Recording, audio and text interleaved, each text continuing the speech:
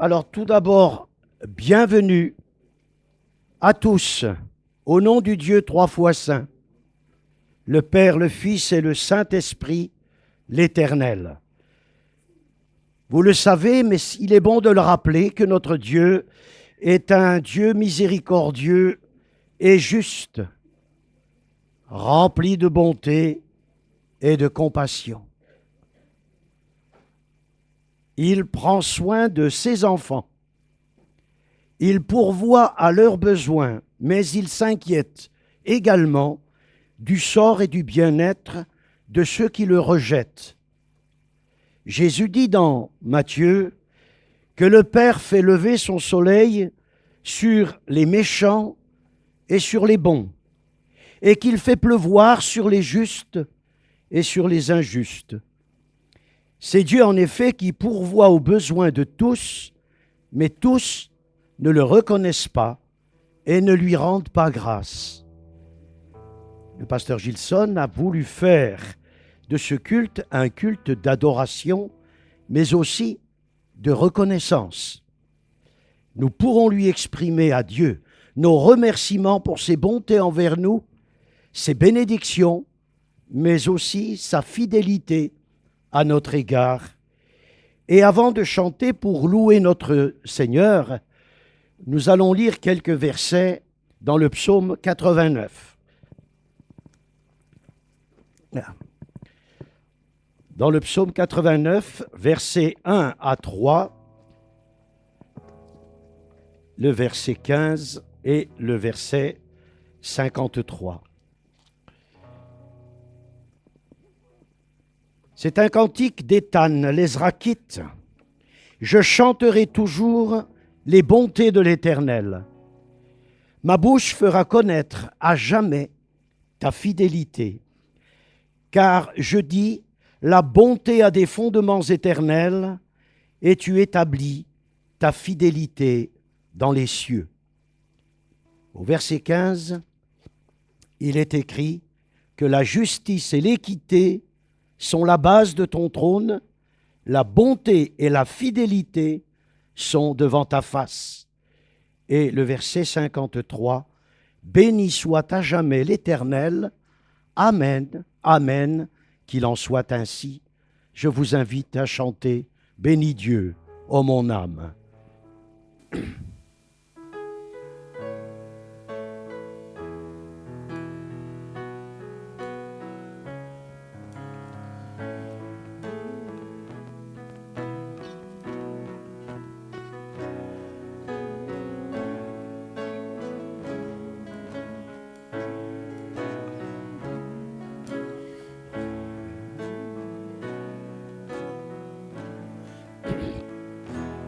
Bénis Dieu, ô mon âme, ô mon âme, rends gloire à son saint nom. Oh, chante comme jamais, ô mon âme, Rends gloire à son saint nom. Voici l'aurore, l'aube d'un nouveau jour. Pour toi un chant doit s'élever devant ce qui m'attend et ce qui pourrait arriver. Jusqu'à la fin, je te chante encore. Bénis Dieu, ô mon âme, ô mon âme, rends gloire à son saint nom. Oh, chante comme jamais, ô mon âme, rends gloire à son saint nom. Riche en bonté,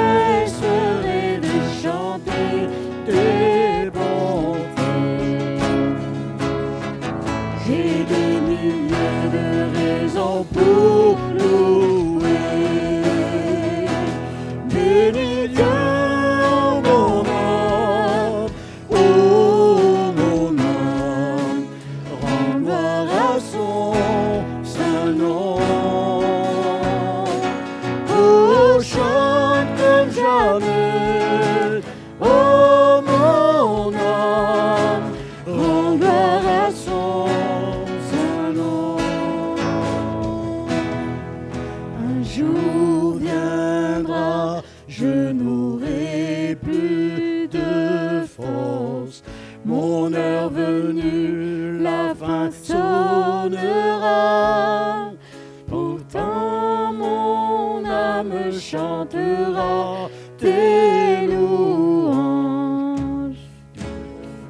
Pendant des milliers d'années sans fin.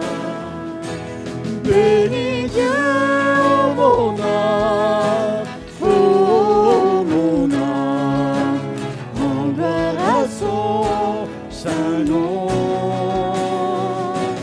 Oh, chante comme jamais, oh mon âme, rends gloire à son saint nom.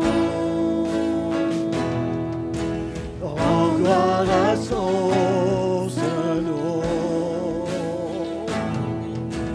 Rends gloire à son saint nom. Voilà, Jacques, si tu veux remettre ce culte à notre Dieu afin qu'il l'agrée. Amen. Dieu, ta fidélité va jusqu'aux nues. Plus vaste est ton amour que l'horizon. Ta tendre main est toujours étendue. Inépuisable est ta compassion. Chantons-le.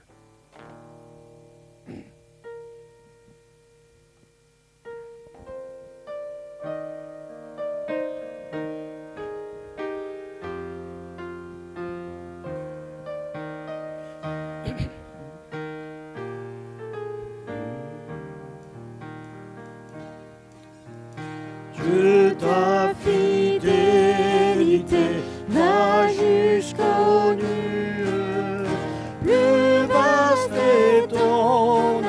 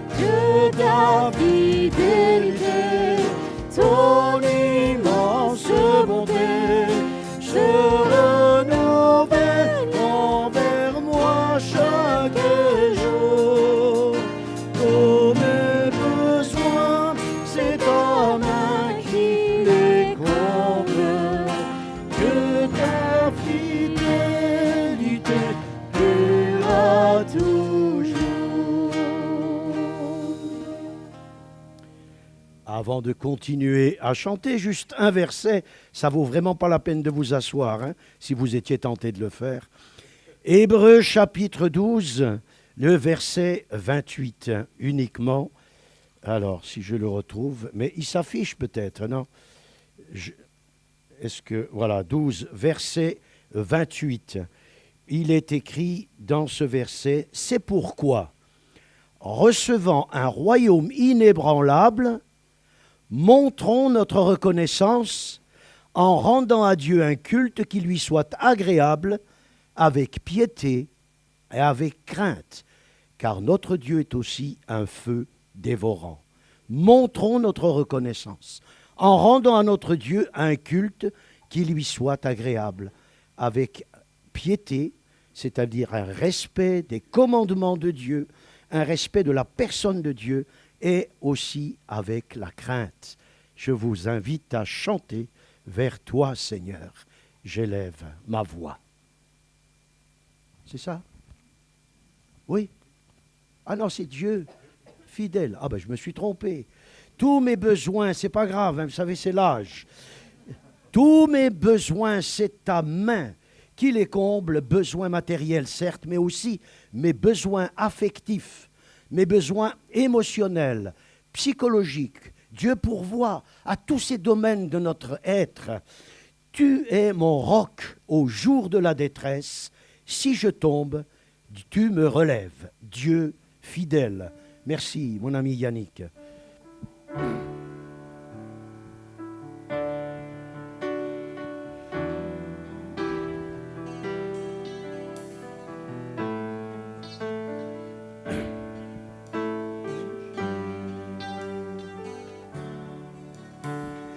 Dieu fidèle, tu ne changes pas.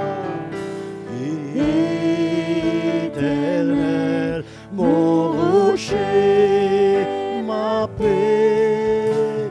Dieu puissant, je m'appuie sur toi. Et je crie vers toi. Tu es mon Dieu, oui je crie vers toi, j'ai besoin de toi. Dieu fidèle, tu ne changes pas. Éternel, mon rocher, ma paix. Dieu puissant, je m'appuie sur toi. Et je crie vers toi, car tu es mon Dieu. Oui, je crie vers toi, j'ai besoin de toi. Tu es mon roc au jour de la détresse. Et si je tombe, tu me relèves dans la tempête. Mon amour me ramène au port.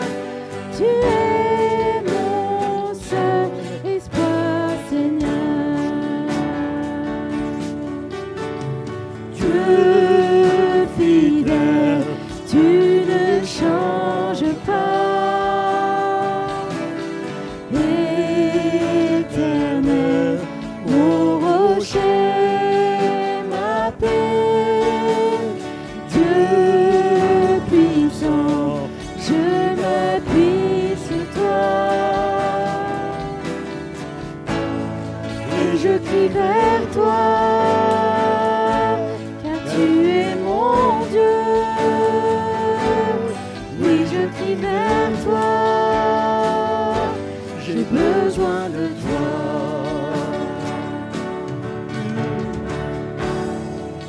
On s'arrête là, on s'arrête là.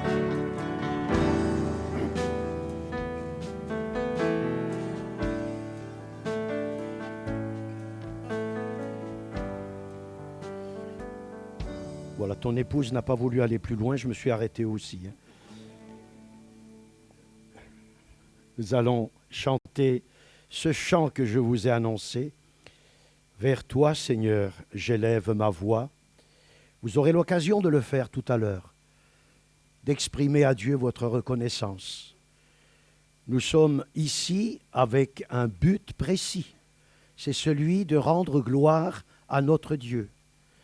Si d'aventure nous avons de mauvaises dispositions dans notre cœur, des choses qui nous encombrent, qui nous embarrassent, pour être en communion avec Dieu d'abord, mais aussi entre nous, eh bien nous devons nous décharger de tout cela, demander à Dieu de vraiment purifier ce cœur rebelle qui de temps en temps se soumet au péché. Bien qu'il y ait lutte, nous avons trop tendance à nous laisser envahir par de mauvaises pensées, de mauvaises dispositions, par des critiques, par des médisances, ce qui n'est pas du tout conforme à l'objectif de Dieu qui est de former en nous l'image de Jésus-Christ.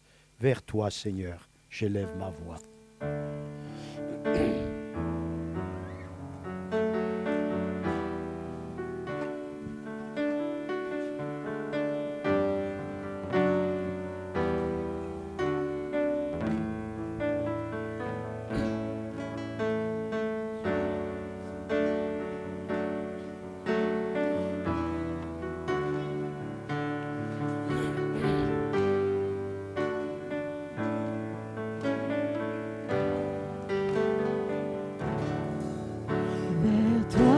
Seigneur, j'élève ma voix pour t'adorer, mon Sauveur, mon roi.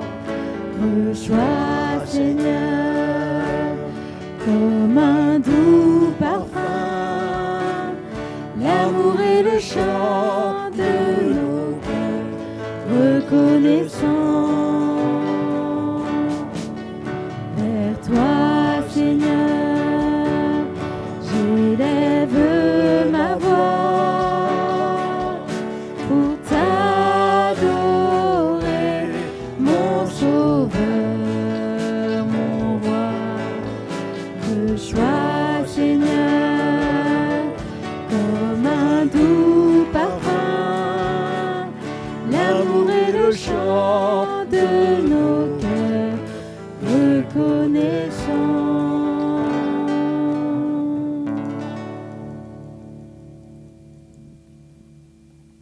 Les chants nourrissent notre confiance en Dieu. Ils servent à nous rapprocher de notre Dieu et à lui exprimer notre louange. Il est important de savoir que Dieu a fait de nous des adorateurs et il veut que nous l'adorions en esprit et en vérité, que nous soyons vrais dans tout ce que nous sommes et dans tout ce que nous faisons. Il est écrit, ce n'est pas dans Philippiens 3, verset 12, que j'ai déjà remporté le prix ou que j'ai déjà atteint la perfection. Mais je cours pour tâcher de le saisir, puisque moi aussi, j'ai été saisi par Jésus-Christ. Frère, je ne pense pas l'avoir saisi. Je ne sais pas si c'est le bon passage. Oui? Oui, c'est le bon passage. Mais je ne sais plus. Ah non, c'est Philippiens 3, versets 12 à 18. Oui, c'est certainement cela. Excusez-moi. Voilà. Mais je fais une chose. Oubliant ce qui est en arrière, me portant vers ce qui est en avant, je cours vers le but. Je vous l'ai rappelé. Pour remporter le prix de la vocation céleste en Jésus-Christ. Nous tous, donc, qui sommes des hommes faits ou accomplis, ayons cette même pensée, et si vous êtes en quelque point d'un autre avis, Dieu vous éclairera là-dessus, seulement au point où nous en sommes parvenus, marchons d'un même pas. Soyez tous mes imitateurs, frères, et portez les regards sur ceux qui marchent selon le modèle que vous avez en nous, car il en est plusieurs qui marchent en ennemis de la croix, et je vous en ai souvent parlé, et j'en parle encore comme en pleurant. Et au verset 15, il est dit « Soyez reconnaissants ». C'est pour ça que je me suis trompé du texte. Ce n'est pas ce texte-là, mais ça ne fait rien. Maintenant, je reprends au verset 4, excusez-moi. Et au verset 2, il est dit, et ce n'est pas le bon, vous voyez, ce n'était pas dans Philippiens, je me suis trompé. Il y en a qui rigolent, vous allez voir, quand vous aurez mon âge, vous allez voir ce que c'est que Philippiens 4. Ouais, pourtant, voilà. Enfin, dans le verset en question, soyez reconnaissants, et il n'est pas dans celui-là, donc ça devait être un autre texte. Hein, vous essayerez de le chercher à la maison, ça vous fera un petit exercice. Hein. Soyez reconnaissants. C'est pour ça que nous allons chanter le chant suivant. La lecture que je vous ai faite, même si ce n'est pas celle que j'avais prévue, ne vous aura pas fait de mal non plus.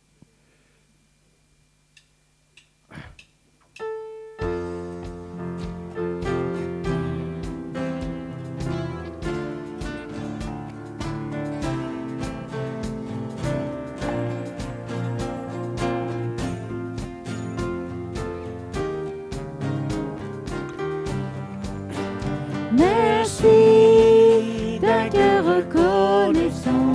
Merci au Seigneur trois fois saint. Merci car il a donné Jésus-Christ, son Fils. Merci d'un cœur reconnaissant. Merci au Seigneur trois fois saint. Merci car il a donné Jésus-Christ, son Fils. Maintenant, le faible dit je suis fort, le pauvre dit je suis riche. Tu as fait de grandes choses pour nous. Maintenant, le faible dit je suis fort, le pauvre dit je suis riche. Tu as fait de grandes choses pour nous. Merci. Merci d'un cœur reconnaissant. Merci au Seigneur trois fois saint. Merci car il a donné Jésus-Christ, son Fils. Merci d'un cœur reconnaissant. Merci au Seigneur trois fois saint. Merci car il a donné Jésus-Christ, son Fils. Maintenant, le faible dit je suis fort, le pauvre dit je suis riche. Tu as fait de grandes choses pour nous. Maintenant, le faible dit je suis fort, le pauvre dit je suis riche. Tu as fait de grandes choses pour nous. Merci. Merci. Alors, en essayant de ne pas me tromper cette fois-ci, dans Philippiens 2, vous pouvez vous asseoir un tout petit instant, les versets 6 et 7. Ayez en vous les sentiments qui étaient en Jésus-Christ. Il existait en forme de Dieu, mais il n'a point regardé son égalité avec Dieu comme une proie à arracher, mais il s'est dépouillé lui-même en prenant une forme de serviteur, en devenant semblable aux hommes, et il a paru comme un vrai homme. Et au chapitre 4, verset 2, j'exhorte Évodie et j'exhorte Syntyche à être d'un même sentiment dans le Seigneur. Et toi aussi, fidèle collègue, oui, je te prie de les aider, elles qui ont combattu pour l'Évangile avec moi et avec Clément et mes autres compagnons d'œuvre, dont les noms sont écrits dans les livres de vie. Je vous exhorte à avoir le même sentiment. Vous ne pouvez pas dire au Seigneur merci, lui exprimer des prières de reconnaissance si vous êtes en conflit permanent ou occasionnel avec les autres. Et récemment, j'ai lu à Claudine le témoignage d'un couple, une protestante qui avait épousé un juif. 70 ans de mariage. 70 ans de mariage. Avec un amour toujours aussi fort l'un pour l'autre. Et elle disait, cette femme, je ne me suis jamais couchée, endormie, sans avoir fait la paix avec mon mari. En étant fâchée. Nous ne sommes jamais endormis sans avoir fait la paix avec mon mari. Lorsque vous êtes dans cette disposition de cœur, d'esprit, vous êtes agréable au Seigneur. Lorsque vous entretenez la dispute, même si vous êtes dans votre bon droit, même si vous avez raison et que l'autre a tort, mais que vous entretenez la dispute, vous n'êtes pas agréable au Seigneur. C'est aussi simple que ça. Et le culte que Dieu demande, ce n'est pas simplement ces instants que nous passons ensemble sous son regard et en sa sainte présence. Le culte d'adoration, c'est celui qui consiste en étant tous les jours cette même adorateur, adoratrice de Dieu, qui a à cœur de faire sa volonté et de chercher sa volonté en permanence. De, bien sûr, servir le Seigneur, d'accepter ses bénédictions, ses cadeaux, mais en même temps d'être animé d'un esprit d'action de grâce, de reconnaissance. Soyez toujours reconnaissants, nous dit la parole de Dieu. Abondez en action de grâce. Persévérez dans la prière avec action de grâce, nous dit la parole de Dieu. Qu'est-ce que l'action de grâce? L'action de grâce, c'est une attitude de reconnaissance envers Dieu. L'homme, la femme, l'être humain, comblé de toutes sortes de bénédictions spirituelles dans le Christ, reconnaît de quel amour il est aimé de Dieu et il le remercie. Cela vaut pour les bénédictions matérielles. Action de grâce traduit le mot grec Eucharistie. Action de grâce. C'est la traduction du mot grec Eucharistie. Le pasteur Gilson fera peut-être, je ne sais pas, puisque je n'ai pas son message, le lien avec Thanksgiving, le mot anglais qui, justement, désigne l'action de grâce en rapport avec la fin de la récolte, la reconnaissance pour ce que Dieu a produit au travers de ce que l'homme a semé. Et pour l'heure, moi, je vous invite à prier. Vous avez certainement des actions de grâce à adresser à Dieu. C'est peut-être plus difficile parce qu'on n'a pas l'habitude de dire merci. Et comme on apprend aux gosses à dire merci en permanence, ça fait partie de l'éducation. Alors, qu'est-ce qu'on dit?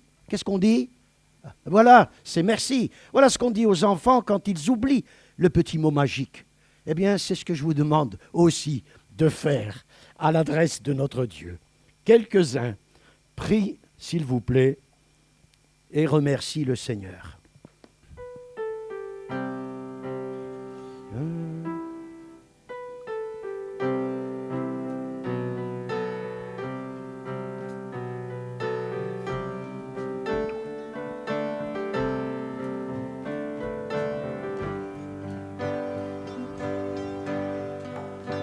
Pour ton amour, pour ta clémence, pour ta présence, merci Seigneur. Pour ta lumière, brillante dans nos vies, éclair qui chasse la nuit, merci Seigneur. Merci au Père, merci au Fils, merci au Saint-Esprit, aux trois fois saint. Merci Seigneur. Pour ton pardon, dévoilé sur la croix, ton sang versé pour moi. Merci Seigneur. pour ton salut, pour ta fidélité, pour avoir tout donné. Merci Seigneur, merci au Père, merci au Fils, merci au Saint-Esprit, aux trois fois saint. Merci Seigneur. Veuille bénir, Seigneur, ce qui a été prévu pour les enfants. Bénis également ce qui a été prévu pour nous aujourd'hui par la bouche de notre frère et serviteur Gilson. Nous te remettons, Seigneur, tout cela en te demandant d'appliquer toutes ces vérités à nos cœurs pour qu'elles soient agissantes et qu'elles contribuent à continuer à nous transformer à l'image de ton Fils. À toi toute la gloire et la reconnaissance de nos cœurs pour tous tes bienfaits de quelque nature qu'ils soient, sois adoré et béni. Amen. Et ce matin, je voudrais parler d'une bénédiction que Dieu nous donne, c'est l'amour. Il faut toujours remercier le Seigneur pour son amour. Et on reconnaît qu'aimer les autres, ce n'est pas facile. Et ce matin, je voudrais parler sur ce thème. L'amour est pour les forts qui se reconnaissent faibles. Je vous invite à ouvrir votre Bible, s'il vous plaît. 1 Corinthiens chapitre 13, du verset 4 au verset 8. Comme nous l'avons vu la dernière fois, sans amour, il ne sert à rien d'avoir des dons spectaculaires, de faire un bon discours ou même de se sacrifier pour une cause ou pour quelqu'un. Sans amour, je ne suis rien. 1 Corinthiens chapitre 13, verset 4 au verset 8. L'amour est patient. Il est plein de bonté. L'amour n'est pas envieux. L'amour ne se vante pas. Il ne s'enfle pas d'orgueil. Il ne fait rien de malhonnête. Il ne cherche pas son intérêt. Il ne s'irrite pas. Il ne soupçonne pas le mal. Il ne se réjouit pas de l'injustice, mais il se réjouit de la vérité. Il pardonne tout. Il croit tout. Il espère tout. Il supporte tout. L'amour ne meurt jamais. Les prophéties disparaîtront. Les langues cesseront. La connaissance disparaîtra. Avant d'aborder ce sujet, je vais vous raconter une histoire. Un jour, en discutant avec quelqu'un, il m'a dit que la vision de Dieu que nous avons semble fragile et faible, précisément parce que nous insistons sur le fait que Dieu est amour. Je lui ai répondu que cette vision était erronée parce que l'amour est quelque chose de beaucoup plus difficile que ce que nous imaginons. Il est facile d'aimer ceux qui nous aiment. Il est facile de montrer l'affection à ceux qui nous font du bien. Mais la Bible ne parle pas de ce genre d'amour sentimental, car l'amour de Dieu est la référence pour tous ceux qui veulent vraiment le suivre. Aimer nos ennemis, ceux qui nous haïssent, aimer ceux qui nous font du mal n'est pas une affaire des faibles, mais des forts. Pardonner à ceux qui nous ont offensés est une chose que seuls ceux qui ont l'amour de Dieu peuvent le faire. Ce que Paul va présenter maintenant, ce sont les caractéristiques de cet amour. Je voudrais analyser ces éléments et les appliquer à notre vie. Lorsque nous regardons ce texte, nous voyons que Paul s'éloigne du négatif pour revenir au positif. Si avant il disait que même les plus beaux dons sans amour ne valent rien, maintenant, il va montrer les caractéristiques de cet amour. Et quelles sont les vertus de cet merveilleux amour? Tout d'abord, l'amour est patient. Cela signifie que l'amour a une capacité infinie à endurer, c'est-à-dire qu'il ne perd pas facilement sa maîtrise de soi. C'est très intéressant parce qu'en grec, le mot indique la patience à l'égard de personnes et de circonstances. L'action d'une personne qui retient ses sentiments jusqu'à que la passion passe. Elle respire.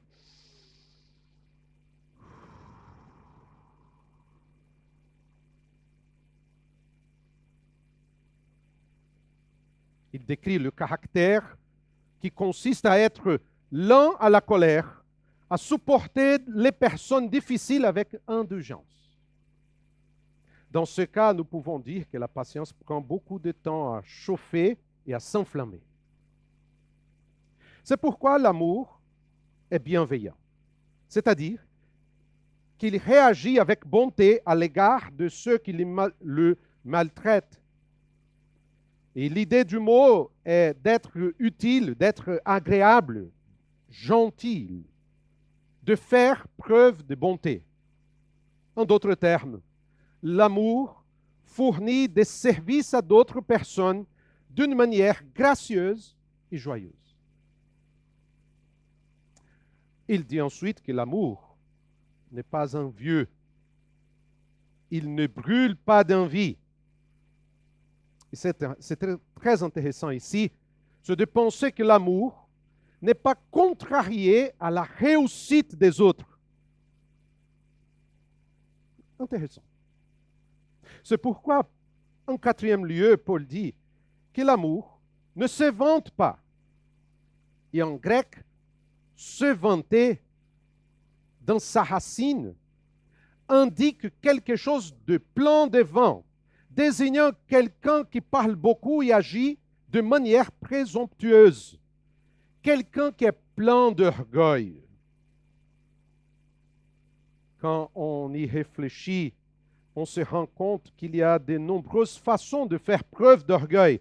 Mais la vérité est que l'amour est totalement incompatible avec toute attitude orgueilleuse. Comme il s'agit d'ostentation, c'est l'idée, l'ostentation, cela conduit exactement au point suivant, à savoir que l'amour n'est pas orgueilleux. C'est-à-dire que l'amour n'est pas plein de lui-même. Et nous voyons ici une séquence qui nous montre que l'amour s'y préoccupe de se donner à l'autre et non de s'affirmer. Beaucoup de problèmes entre les couples, dans la famille, dans l'Église, dans les relations. Et c'est Dieu qui nous appelle étant notre portable.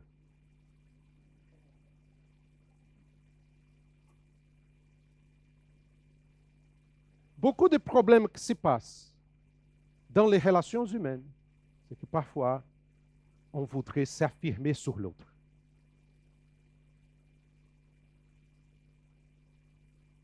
Mais l'amour, il marche dans un autre sens.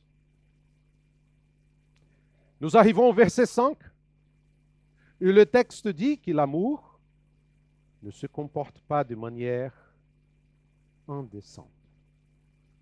Et le mot ici, l'idée du mot est celle de quelque chose qui ne s'harmonise pas avec la bonne forme, c'est-à-dire quelque chose d'honteux, de déshonorant, d'indécent.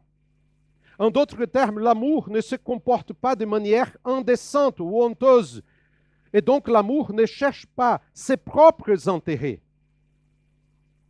La vérité biblique ici est que l'amour est l'antithèse de l'égoïsme. L'amour respecte l'autre. Il ne fera jamais rien qui puisse faire honte à la personne aimée. Il ne se considérera pas comme la chose la plus importante. Dans cette même perspective, Paul poursuit en disant que l'amour ne s'irrite pas.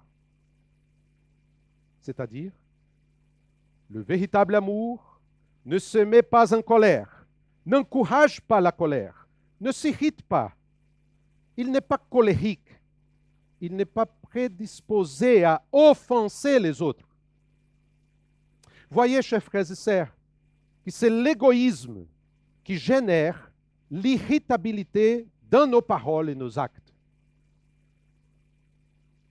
Parce que quand vient la colère, normalement, c'est notre égoïsme qui parle plus fort. Parallèlement, Paul dit que l'amour ne nourrit pas de ressentiment pour le mal à l'égard d'autrui. Il est très intéressant de voir comment Paul utilise le mot dans le texte grec. Il dit que l'amour n'enregistre pas le mal. C'est ça le sens. Parce que le mot comporte l'idée de comptabilité, c'est-à-dire l'amour n'impute pas le mal. L'amour ne prend pas le mal en compte. L'amour ne garde pas le sentiment d'offense. Plus directement, l'amour n'écrit pas toutes les erreurs de l'autre pour ensuite l'attaquer et le détruire.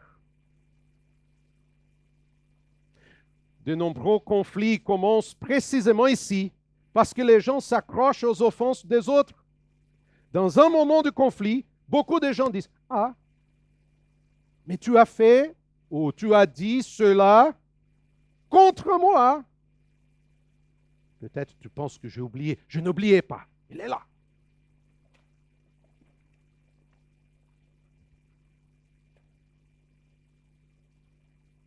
Quand on va voir, parfois ces choses ont été dites ou ont été faites en 1996. Il a été enregistré là.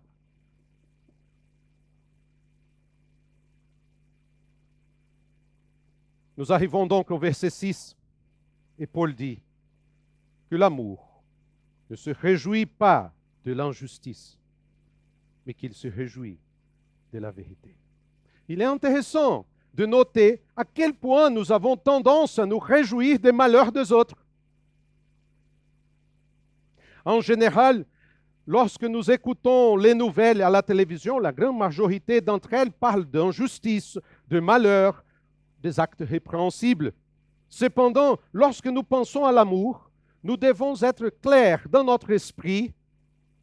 Il ne se réjouit pas du mal.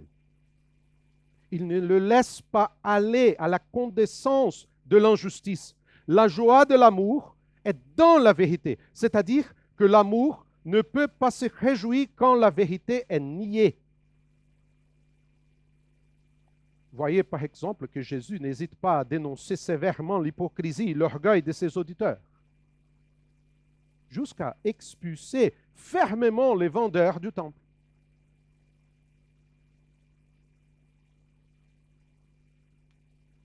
Parfois, on se réjouit plus sur nous-mêmes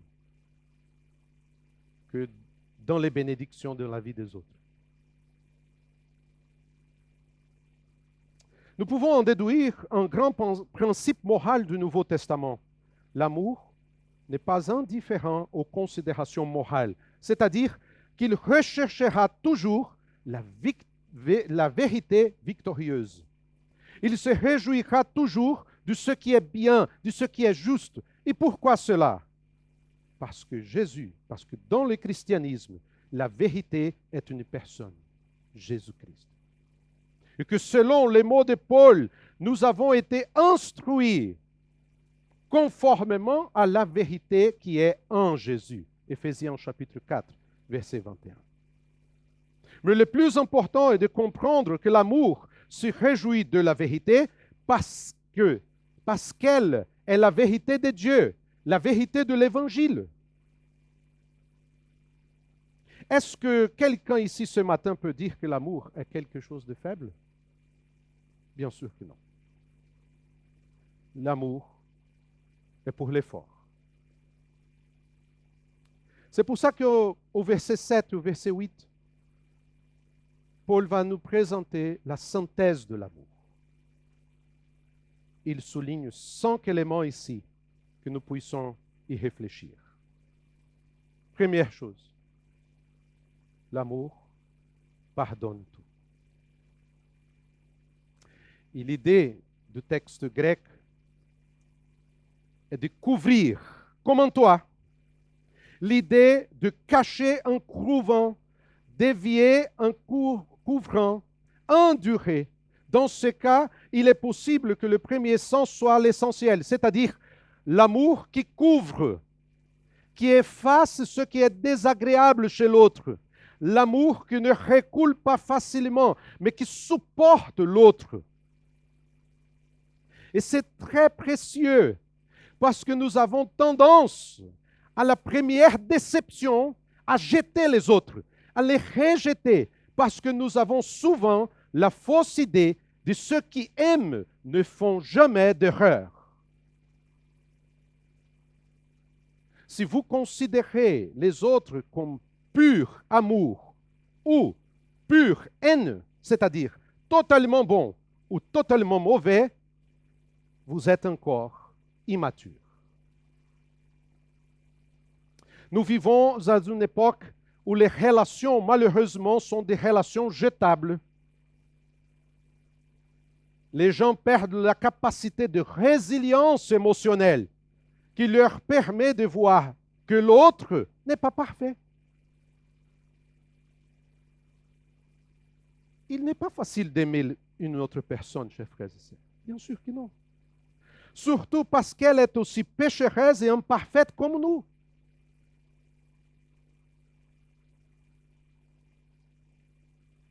L'amour pardonne tout. Le pardon, c'est une chose très importante dans les relations. Et l'amour, c'est la base. Deuxième chose, l'amour croit tout. Et dans le texte grec, le mot est de la même racine que les mots foi et fidélité. Cela ne signifie pas que l'amour est naïf et crédule, mais qu'il ne perd jamais l'espoir. C'est la qualité qui est toujours prête à tenir compte des circonstances et à voir le meilleur chez l'autre. Combien de fois pensons-nous le pire des gens, n'est-ce pas?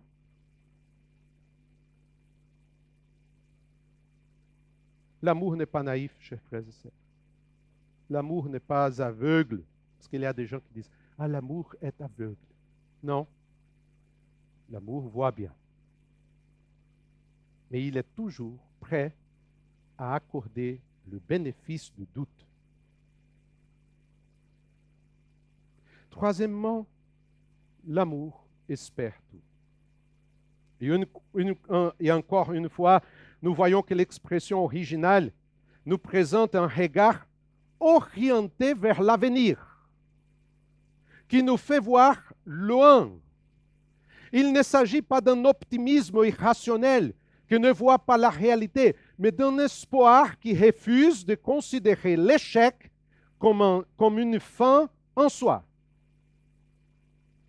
Combien de personnes ne sont-elles pas émotionnellement détruites aujourd'hui parce que les personnes censées de les aimer dans le passé ont été les premiers à dire « ça ne marchera pas.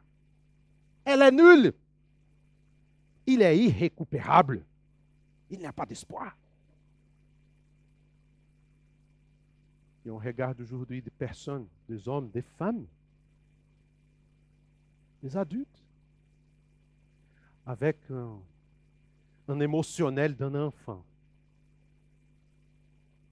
Un émotionnel qui était détruit par des paroles qui étaient dites dans le passé. Tu es irrécupérable. Tu es nul. Ceux qui aiment attendent le temps de l'autre. Parce que tout le monde ne mûrit pas en même temps. L'amour s'attend à voir le meilleur chez l'autre et l'encourage à faire de même. C'est pour ça, chers frères et sœurs, que l'amour supporte tout. Et nous trouvons ici un mot remarquable du Nouveau Testament, hypomone, qui signifie endurer, supporter patiemment. Et qui peut souvent être traduit par persévérance. Ici encore, nous voyons que l'expression n'est pas quelque chose qui montre une sorte d'acquiescement patient et résigné, mais une résistance positive et active. C'est comme un soldat qui, dans le feu de l'action, ne faiblit pas, mais continue à avancer avec vigueur, malgré les difficultés. En d'autres termes, l'amour ne laisse pas vaincre, il n'abandonne pas les gens.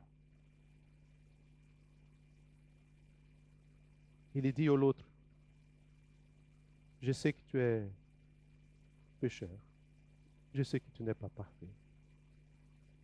Je crois que tu peux être meilleur. Je vais lutter, je vais persévérer pour que tu puisses grandir, parce que je t'aime. Wow.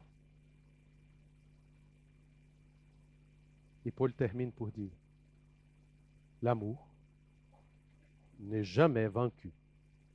Jamais. Le texte dit littéralement, l'amour ne défaille jamais. Le verbe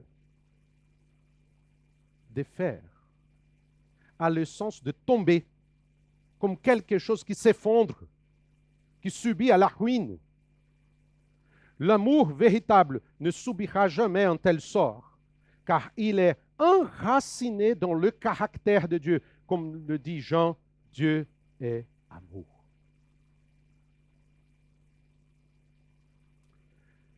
À la lumière de tout cela, chers frères et sœurs, je veux vous poser la question suivante. Quelqu'un pense-t-il encore que l'amour soit pour les faibles? La vengeance est pour les faibles. Le manque de pardon, le ressentiment haineux et l'amertume sont pour les faibles. Si quelqu'un pense qu'il est facile d'aimer, il n'a pas encore compris la vérité. Nous n'avons pas besoin d'apprendre aux autres à garder de la rancune dans l'homme. Regardez un petit enfant à l'école. Il n'a jamais eu personne pour lui apprendre à frapper son ami. Il lui arrachait son jouet et disait « c'est à moi ». Non. L'égoïsme fait partie de notre nature. Nous pensons davantage à nous-mêmes. Et parce que la vérité est la suivante, nous sommes pécheurs. Et le péché nous pousse à regarder ce que nous voulons. Parfois, j'ai crainte de moi-même. Il y a des circonstances que je tremble de peur de moi-même. Parce que je vois que dans mon âme, il y a un vieux Gilson, tout prêt à faire ce que la chair voudrait le faire.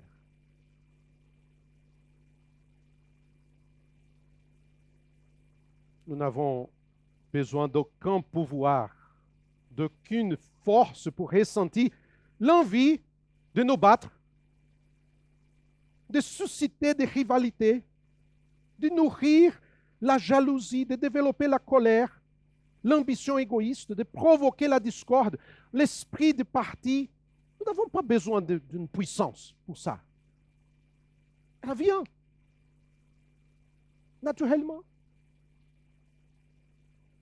Les œuvres de la chair surgissent naturellement comme de mauvaises herbes dans le cœur. Ceci est pour les faibles. de ceux qui n'ont pas le pouvoir d'être meilleurs. Oui, chers frères et sœurs, l'amour est pour ceux qui sont forts, mais qui ont un jour reconnu leur faiblesse et ont cherché le pouvoir d'aimer en celui qui est la source de l'amour. L'amour nous conduit à faire passer les autres en premier, à les honorer plus qu'à rechercher notre propre respect. L'amour nous pousse à pardonner l'impardonnable, à faire le 2e avec l'ennemi, à donner à boire et à manger à ceux qui nous ont fait du mal. Cet amour que la Bible présente met de côté l'égoïsme et nous fait agir à l'opposé de la nature humaine. C'est pourquoi Paul ne parle ici d'un amour médiocre, sentimental ou faible, mais de cette force qui vient du Saint-Esprit dans l'âme humaine. La qualité suprême du fruit de l'Esprit, la synthèse du caractère de Jésus. Seuls ceux qui ont été atteints par la grâce du Christ, pardonnés et rachetés sur la croix du Calvaire, qui ont l'Esprit de Dieu qui habite en eux, peuvent aimer dans cette dimension. Parce qu'un jour, ils ont dit, Seigneur, je suis faible. Je n'ai pas la condition d'aimer de cette manière. Oui, l'amour est l'attitude courageuse des personnes qui sont fortes parce qu'elles sont se reconnues faibles et impuissantes. L'amour est le fruit de la connaissance de Dieu, car celui qui n'aime pas n'a pas connu Dieu, car Dieu est amour. Oui, chers frères et sœurs, l'amour est le résultat de cette communion entre nous et Dieu. Est-ce que nous pouvons lire ensemble ce verset? Tout ensemble? À une seule voix, s'il vous plaît. Or, nous avons connu l'amour que Dieu a pour nous et nous y avons cru. Dieu est amour. Et celui qui demeure dans l'amour demeure en Dieu et Dieu demeure en lui. C'est la communion. Celui qui demeure dans l'amour demeure en Dieu. C'est pourquoi l'amour n'échoue jamais, n'est jamais vaincu, parce qu'il est l'essence de Dieu. Et que c'est dans la communion avec lui que nous trouvons le pouvoir d'aimer au-delà de nous-mêmes.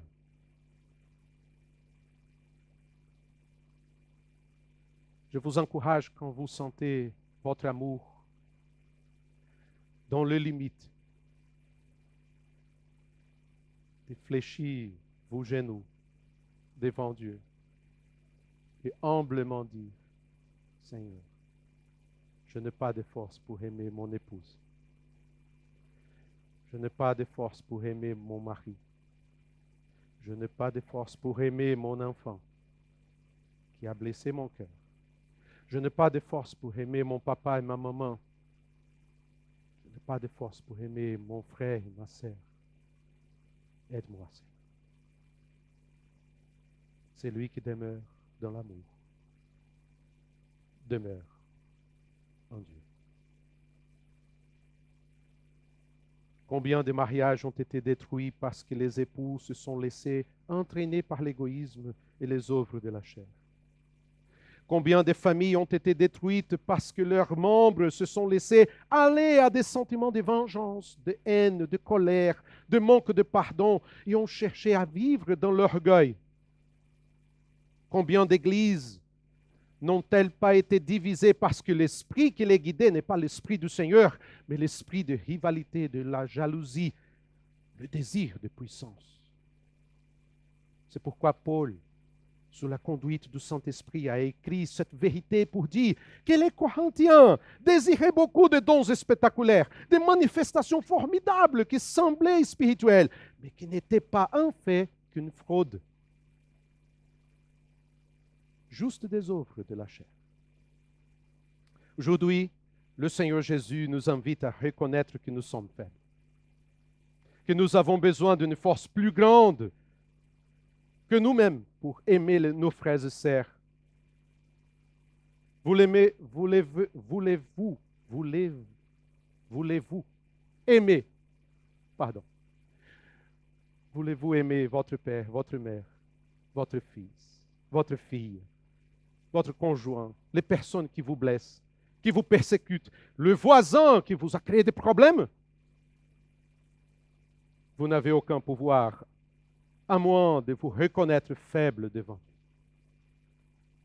C'est là, au pied du Seigneur Jésus, que vous trouverez la force d'aimer.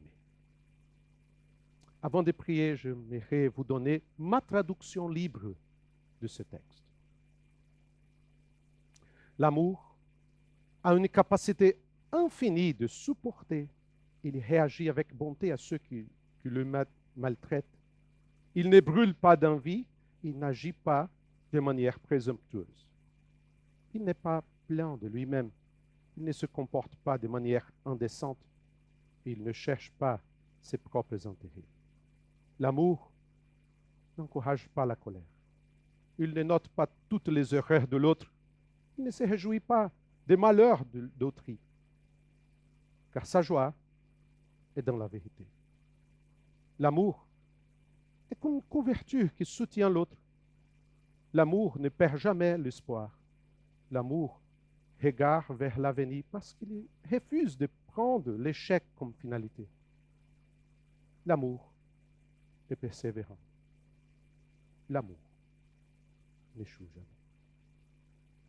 Je vous invite à prier. Notre Dieu, notre Père, nous te remercions ce matin pour ton amour qui un jour nous a aimés en premier. Si nous sommes là ce matin, Seigneur, c'est grâce à ton amour. Nous te remercions pour la croix de Jésus. Nous te remercions pour ton Saint-Esprit qui peut travailler dans nos cœurs le pouvoir et la capacité d'aimer les autres comme Jésus nous a aimés. Oh Dieu, nous voudrions demeurer dans ton amour. Demeurer dans ton amour. Aide-nous, Seigneur. Nous sommes faibles.